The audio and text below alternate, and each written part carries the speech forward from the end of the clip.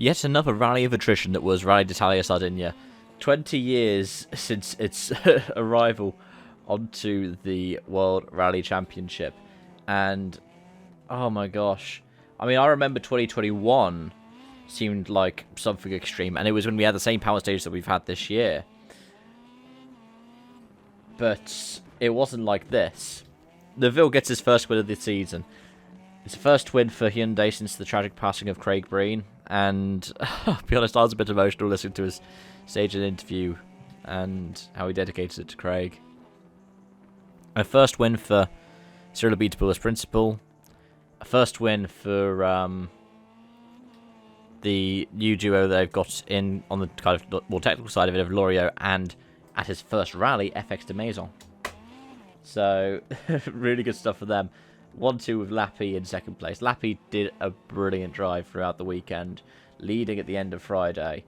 And, yeah, 33 seconds off of Neville in what he's said so many times openly is Neville's team. He did a good job. Third place and 2 minutes off the lead for Carlo Roffampera. Then fourth place, 5 minutes 20 down, Elfyn Evans. And then that's all the Rally 1 cars in the top 10. It's Mikkelsen, Sillinen, Kajtanovic, Russell, Marchek, and Seiss rounding out that top 10. 6 of the top 10 Rally 2. And Full Mo would have been in there. Seiss was never meant to... he didn't start the final stage in that bit. Because Full Mo crashed out at the power stage. And you got a feel for the guy. It's a bit like with Pierre-Louis Loubet, but there is an important distinction between the two of them. Because Full Mo, he's been doing alright. And he's had a couple of mistakes.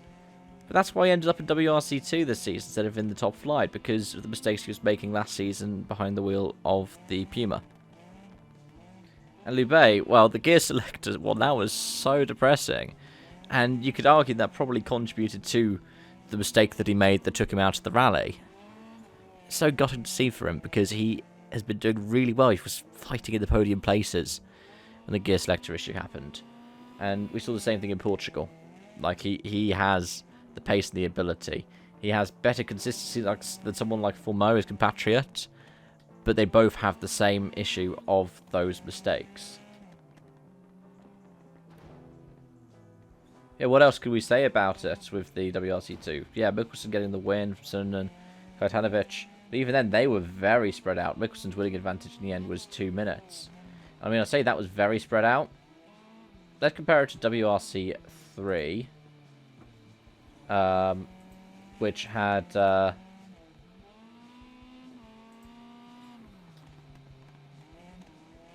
Coronen take 19 minutes 48 for, in terms of the just WRC3. Or the JWRC, where Creighton won by 19 minutes for having a largely unaffected event. That was really good for him. He did a really good job with that one. And was he overall RC3? I think he was overall RC3 as well. But it's... yeah. Reliability is a big issue and big talking point, and Safari will be another test for that, especially because the forecast is saying for a lot of rain. But looking at the standings now, it's Carlo with a 20-point lead over Neville, then Tanak and Evans in third and fourth are already over a round behind the reigning champion. And to think he was not leading the championship until Portugal. Portugal was going to be like that kind of turning point rally of the season, with no Ogier and Elfyn's retirement. What it means in the constructors is Hyundai close to within 16 points of Toyota, which is good for us to see that's where they're at.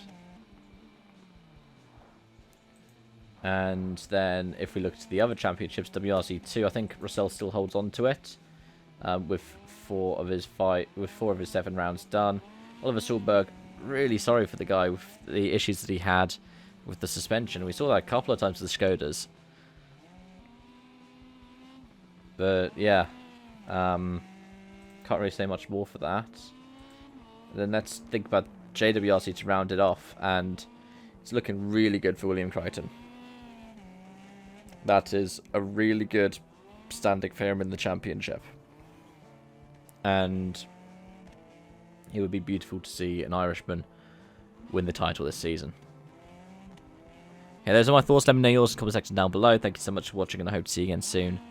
Bye for now.